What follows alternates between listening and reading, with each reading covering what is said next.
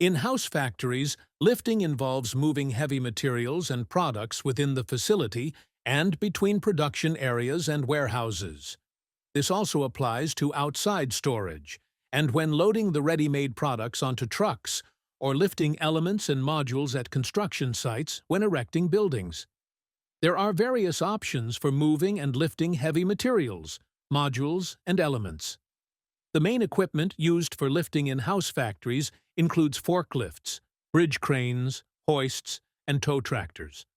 Additionally, special lifts are used for loading modules.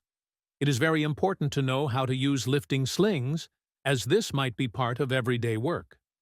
Implementing the right lifting techniques and equipment ensures a safer work environment, enhances productivity, and contributes to the overall operational efficiency of house factories.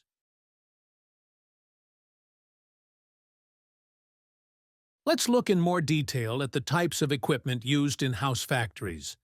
Forklifts are essential pieces of equipment in house factories used for lifting, moving, and placing heavy materials and products. They can carry elements, pallets, boxes, and other heavy items from one area to another, making it easier to manage inventory and move products through different stages of production.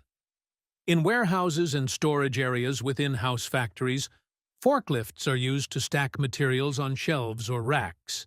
They help maximize storage space by allowing goods to be stored at different heights, making the most of vertical space. When transporting modules from the production building to the warehouse site, forklifts can be used if suitable.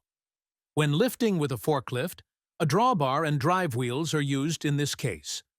When lifting the module into place with a forklift, extensions of the forks are used, the length of which corresponds to the width of the module. Note that the forklift can only be driven by trained drivers.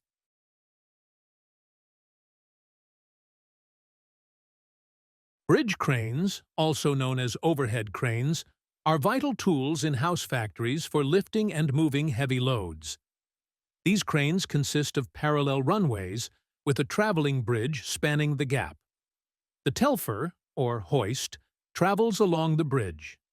Bridge cranes are designed to handle extremely heavy items that cannot be moved manually or with smaller lifting equipment.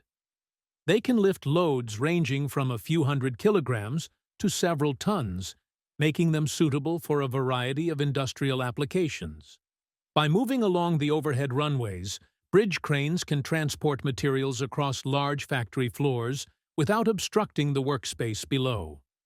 This efficient movement helps streamline production processes and reduces the time required to move materials from one area to another.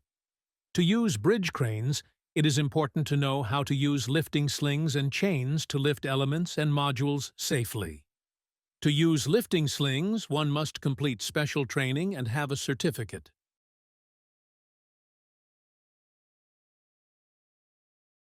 For lifting elements with straps, holes for lifting straps need to be made first. When lifting individual elements, the locations of the lifting straps in the frame must be positioned so that the element remains level. The distance between the straps must be selected according to the length of the spreader beam. The diameter of the holes for the lifting straps is typically in the range of 25 to 30 millimeters.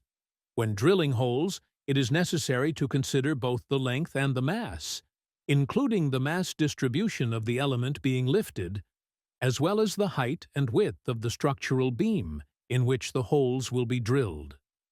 The exact locations of the openings should be specified in advance in the corresponding manufacturing drawing or operating instructions. If the element has an opening, such as a window or door, the element must not be lifted from the support beam above the opening header, as this can damage the element. To use lifting straps for lifting work, it is important to inspect the straps for any signs of wear, damage, or defects. The appropriate strap must be selected according to the load's weight capacity, as different colors indicate different weight limits. The straps should be positioned evenly around the load to ensure balanced lifting, and the load must be secured to prevent shifting. The straps are then attached securely to the crane or lifting device, and the load is lifted slowly and steadily to maintain stability, avoiding sudden movements. The load is carefully maneuvered to its destination, ensuring that the path is clear and maintaining communication with team members. Once in position, the load is gently lowered, the straps are unhooked, and they are inspected again for any damage. When lifting ready-made elements in the factory, where lifting straps are already installed, the same rules apply. The straps are attached securely to the hoist, and the element is lifted to the desired location. In the case of modules, lifting straps are sometimes added to the correct positions during the packing process and secured with timber-based sheets. The straps are fastened on top of the module so they do not obstruct storage and can be easily used when the module needs to be lifted. Safety guidelines must always be followed, and it is crucial to have completed the required training and certification before performing slinging operations.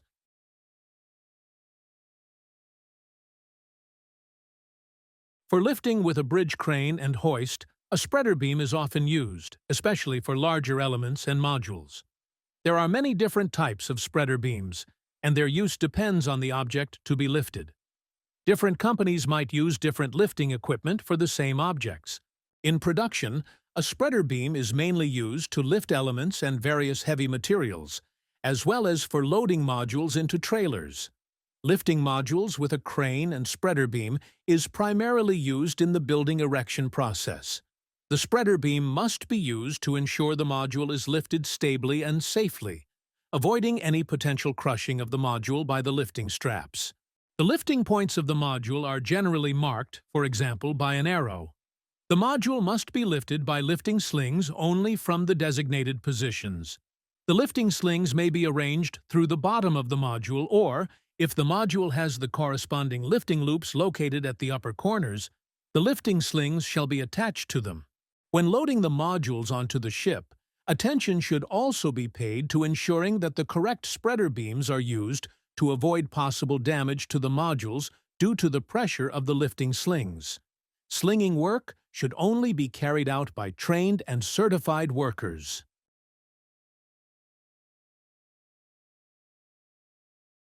In many factories, different equipment is used for moving and lifting the elements and modules. Many factories use so-called roller tables, where you can move elements by simply pushing them into another workstation. An electric tow tractor is also used in factories to move modules from one place to another. In this case, special rails must be installed into the factory floor. Special lifts are used to load completed modules onto trailers, which will then transport them to the stock. In order to transport modules from the production hall to the warehouse, special undercarriages are sometimes used. The module is lifted and moved by a small tractor or even a truck with a platform, which takes the module to the prepared place in the warehouse.